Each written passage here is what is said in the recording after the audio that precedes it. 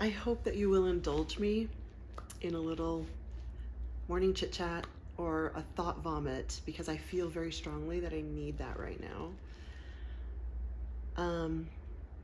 I had a very, I feel like big self-realization last night, and obviously it's been weighing very heavy on my heart and my mind because that's why I'm here. So yeah, I'm sitting down here with a sparkling water, a candle, and I feel like once I put this out there, well, first of all, hopefully it will help me to feel a bit better, but I feel like it's going to be kind of common, and a lot of you are going to be able to relate to this. I mean, I hope so. I hope that a lot of you are able to look inward and, hold the mirror up to yourself and have that realization. Some of these self-realizations are very hard. They're good, but they're very hard. This one is actually really hard for me. So last week, I went to go see Alanis Morissette. And so since then, I've kind of been a little bit hyper-focused on her. I think she's a songwriting genius, and I feel like she is actually inside my brain and using my thoughts to write her songs. But yesterday I was singing along with one of her songs, and I think it's called Thank You. I could be wrong. But a lot of the lyrics start out with, how about not being masochistic? How about stopping eating when I'm full up? And one of the lyrics is, how about unabashedly bawling your eyes out? And I started to kind of really spin on that and think about that, because I have no idea what that even means. And so again, that started this whole self-realization. And I'm going to talk about some of the things that I've realized about myself.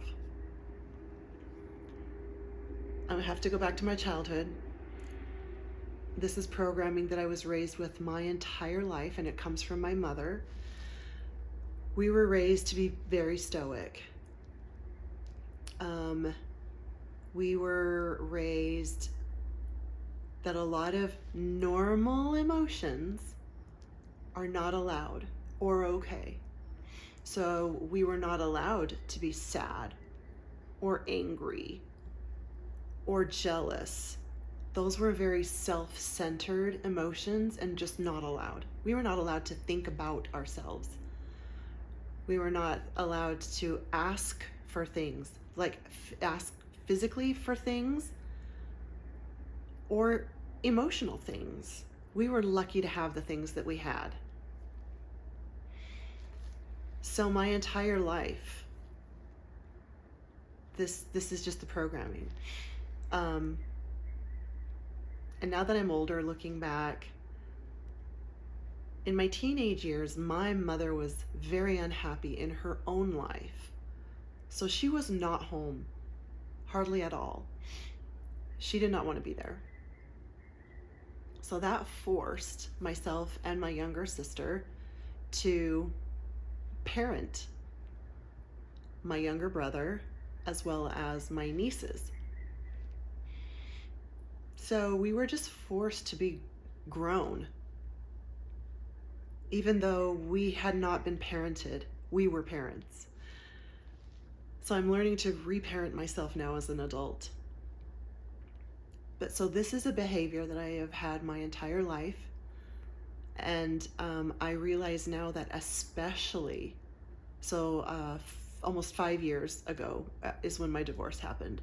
Especially since my divorce, I'm a very strong and hyper independent person. I'm going to do whatever I have to do to take care of myself and my dogs. It's just how I am. And so again, this programming comes into play. I don't allow myself to have these emotions. So when someone says, how about unabashedly bawling your eyes out? I don't even know how to do that. I can't even tell you the last time that I allowed myself to cry. Because of the narrative I've told myself that crying is weak, it's self-centered, certainly doesn't solve anything, perhaps makes things worse. And so having these realizations about myself, that was a big one, and it's a hard one.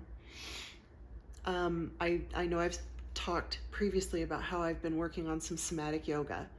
And if you guys are stuck in the social media algorithm that I'm in, you see a lot of those advertisements for the somatic yoga. And you see these women on the floor stretching, but they're bawling. And part of the whole selling feature of their program is, oh, after 21 days of doing these stretches, I'm finally able to release the emotions that are been stored up in my hips or back or whatever it is, right? And I see those things and I roll my eyes. But now I'm kind of wondering if that is not legit.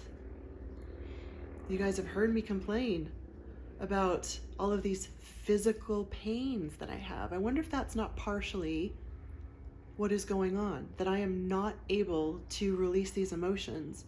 I'm so fucking wound up that I'm feeling it physically. I mean, anything is possible, right? And so I'm not coming to this video with any answers, just the opposite. I am coming to this video asking you if you can relate to this, if this is something, you know, that you're able to look inward and be like, wow, holy shit, I'm the same way. I'm hoping there are people out there who have dealt with this, and I'm asking you how do you change this programming, this lifelong programming? Because I don't want to be here. I feel like it's very unhealthy.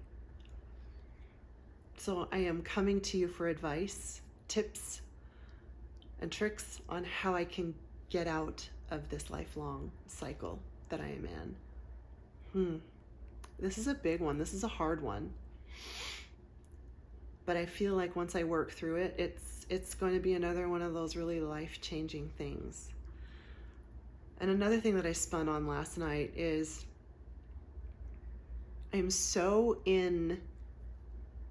wrapped up in that programming of just